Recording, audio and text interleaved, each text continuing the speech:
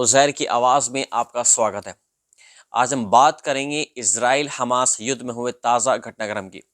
करीब 15 महीने के बाद में इज़राइल ने पहली बार हज़ारों फ़िलिस्तीनियों को गज़ा के उत्तरी हिस्से में लौटने की अनुमति दे दी है। ये फैसला इज़राइल और हमास के बीच हुए सीज़फायर डील के तहत लिया गया है। लेकिन क्या ये युद्ध के अंत की शुरुआत है या सिर्फ ये एक स्थायी राहत है? आइए जानते हैं पूरी रिपोर्ट।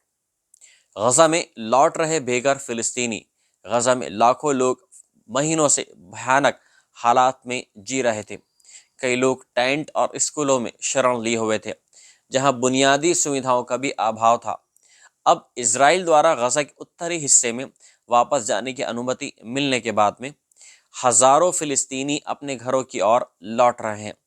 हालांकि उन्हें अंदाज़ा है कि उनके घर पूरी तरीके से तबाह हो चुके हैं।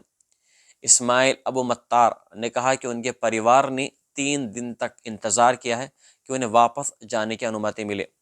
उनका कहना था, हम डर रहे थे कि सीज़फायर टूट जाएगा और हमें कभी वापस नहीं जाने दिया जाएगा।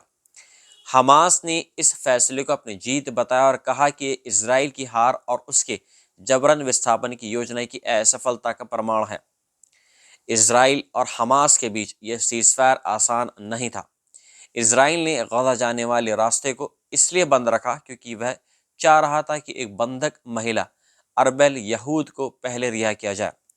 इसके अलावा इजराइल ने हमास पर यह भी आरोप लगाया कि उसने रिहा किए जाने वाले बंधकों की सूची में बदलाव किया था।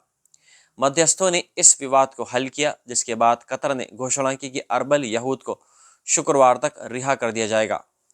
इजरायली प्रधानमंत्री बेंजामिन नेतन्याहू ने पुष्टि की है कि 30 जनवरी को अरबेल के साथ एक और इजरायली महिला सैनिक अगम बर्गर को भी रिहा किया जाएगा। लेकिन असली चुनौती अभी बाकी है। सीज़फायर की पहली 6 हफ्तों की शर्तों पर सहमति बन गई है, लेकिन दूसरे चरण की बातचीत अभी तक शुरू नहीं हुई है।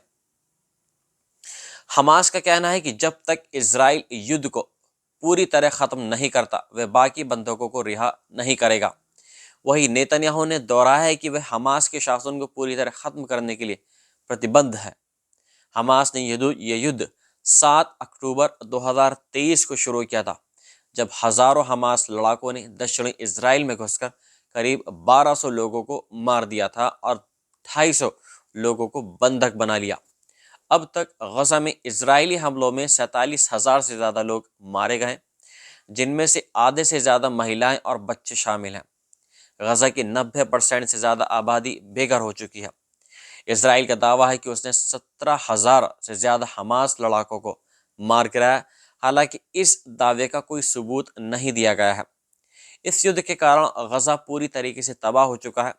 पूरा इलाका मलबे में और खंडर में तब्दील हो गया है और लोग कई बार अपने घरों से बेघर होने को मजबूर हो चुके हैं।